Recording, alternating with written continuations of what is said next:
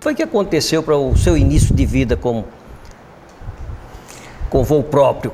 Eu passei a conhecer Fortaleza, a ver cinema, ver aquela movimentação e as amizades que eu fiz, que era toda a elite de Fortaleza, funcionava e estudava no Colégio Marista. Isso foi muito importante para a minha vida e assim fomos em frente. Teve o primário, depois a segunda parte, mas quando chegou em 1948, já estava difícil para meu pai o problema do colégio. E eu também estava adulto já. Eu queria outro rumo. A base, Fortaleza teve duas bases aéreas. Uma ficava ao lado praticamente do bairro que a gente morava. E a outra mais afastada. Mas eram duas bases aéreas.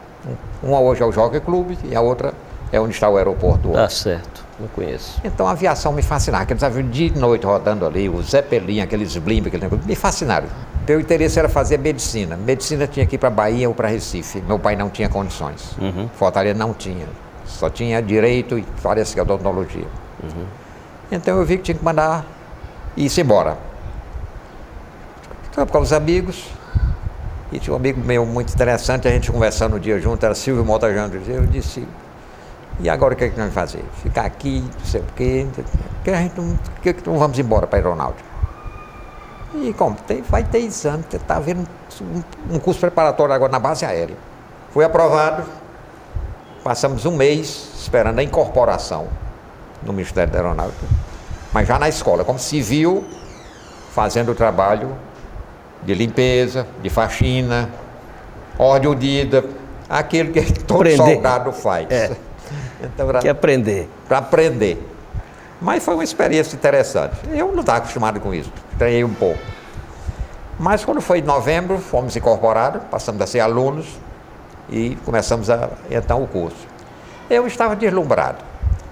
Você sair do sítiozinho, na periferia de Fortaleza, e ir para a capital federal, que era o Rio de Janeiro, que era naquela época. O centro de tudo do país, da Presidência da República, tudo, Câmara, Senado, tudo era no Rio de Janeiro. Então, o que acontece? Mandaram eu vir passar um mês em Mossoró para tirar as férias de um colega. Então, aterrissei aqui no dia 2 de outubro de 1950. Para mim, faria ficar em Natal como vim para aqui, porque meu objetivo é Fortaleza. Como aqui estaria mais perto de Fortaleza, eu achei que custava nada vir para aqui. E vim. Mas aí houve um fato curioso. Primeiro, eu gostei da cidade. Pequenininha, Mossoró tinha 40 mil habitantes. Deveria ser pequeno. Por aí. Estava começando a ser uma cidade. O prefeito de Serra Rosada, tinha tomado posse em 48, tinha criado um plano de desenvolvimento para Mossoró, da cabeça dele, não sei assessorado por quem, mas um plano muito importante, que foi a criação da Companhia Melhoramento de Mossoró. Posso continuar? Pode continuar. Criou a Comensa. Quando eu cheguei, a Comensa já era uma empresa importante. Mossoró já tinha energia elétrica, com 2 motores de 300 HP cada um. Só que tinha energia durante o dia e até às 10 horas da noite. Às 10 horas da noite, apagava, acendia e desligava. Quando eu cheguei aqui era assim. Isso era muito ruim para a gente, porque a gente ficava 8 horas da noite ali na praça da Catedral, onde ficava o footing, ali todo mundo rodando, as moças passeando ali, a gente passeando ali para namorar essa coisa, mas 9 horas a amplificadora parava, porque terminava o horário, e a gente tinha que sair. A Radiodifusora já tinha sido inaugurada em setembro, estava bem novinha, mas não tinha ainda o poder que tinha a amplificadora. Então, existia um ator que ficava conversando ali na praça, tinha um banco ali na praça, e a gente gramava pro Bar Brahma lá, em cima de Antônio Amaral, né? Fazia as noitadas por lá. E de lá, quando tinha de dinheiro, Zé Mariquinha ficava lá de plantão para atender. Quando não tinha, a gente vinha andando direto para o aeroporto, a pé. Contanto que chegasse lá 5 horas da manhã, quando abria a estação. Mossoró tinha 2 voos diários, Cruzeiro e Pané. Pané. No início, depois chegava a ter 3 até 4. Então foi assim que eu comecei a conhecer Mossoró. Aí essa vida, chegava aqui já bem boêmio, essa história todinha.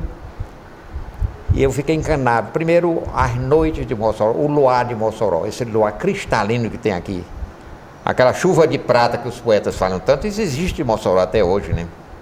É uma lua É diferente. fantástica. Então, diferente. a noite de serenata, com cachaça, cantando em janela de qualquer pessoa, contanto que queria só fazer a serenata com violão e tudo com a turma, era o ideal que a gente fazia.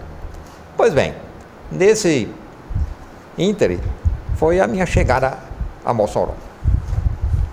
Você ficou então bem no começo, como servindo a própria aeronáutica, mas já também começando a ter relações com a própria cidade, na visão também econômica, na visão de desenvolvimento da cidade. Já foi se familiarizando com a cidade.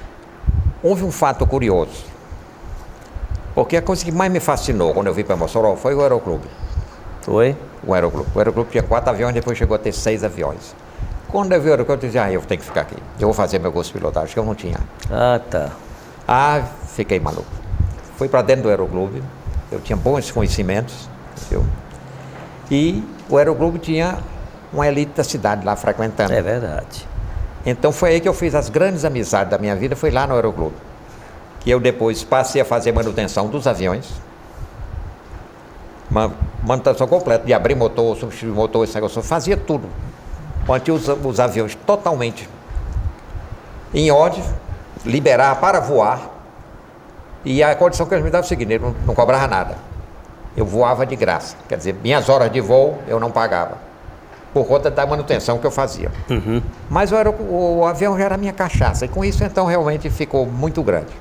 Isso prosseguiu até 1954, quando eu passei a já sofrer uma pressão muito grande de minha primeira mulher, porque eu estava voando, ela tinha medo de acidente. Naquele tempo acidente de avião era toda semana. Isso, era toda e semana. graves, né? Quando E havia... graves, era.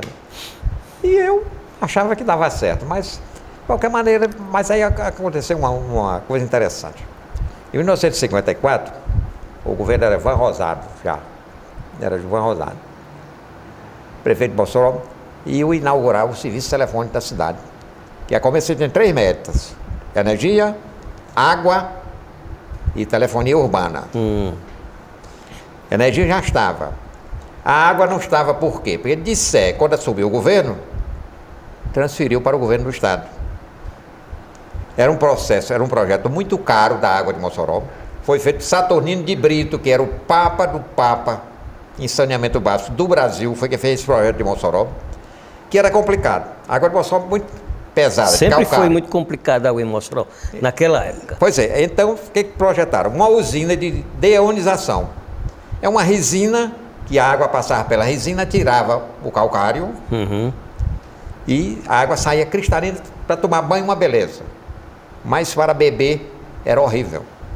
Não dava para beber. Então, e a resina saturava. Quando saturava, tinha que injetar sal para recuperar a resina, para começar a filtrar novamente. Mas atendia Mossoró. Mossoró era muito pequena, atendia. Mas passamos todos até água encanada. Foi uma coisa muito importante. Mas não resolveu o problema. Porque a água que eles tiraram, a ideia foi muito boa. Fizeram portos, eles chamam esses portos, porto dentro do próprio rio. Ele tem esse tipo de poço, ele chama porto. Mas a água dentro de cima do rio também era muito dura. Então Mossoró, mesmo com o saneamento básico, continuou o quê? Usando a cisterna, que todo cidadão tinha uma cisterna em casa. Isso. Ou então comprando água que vinha da várzea da pasta, que tinha uma água muito boa que todo mundo bebia, que vinha no jumentinho. Era tão importante esse começo da água da pasta, que Mossoró tinha uma indústria de fabricar aquelas ancoretas, que era um português, que era tanoeiro e fabricava aquelas ancoretas. Era muito ligado a Silvio Mendes, esse senhor, depois. Foi quem ensinou até Silvio Mendes muita coisa no início da vida dele. Que era um tanoeiro que fazia isso. Depois, com a água em Mossoró, isso depois desapareceu. Mas teve um tanoeiro fazendo somente aqueles barrizinhos de madeira para botar no jumentinho e carregar a água da Vargem da Pasta. E assim nós fizemos até 1966, por aí, quando o estouro da água dos poços de petróleo. Emerson, eu preciso falar sobre você, apesar de que eu falo com você todos os dias. Mas falar de você me lembra o quê? Me lembra terra, me lembra céu, a firmeza, a sua firmeza no momento que você está pensando as suas ideias, produzindo para o futuro. E me lembra o céu quando você sonha, quando você voa, quando você procura as estrelas. Lembra quantas vezes nós ficamos procurando estrelas?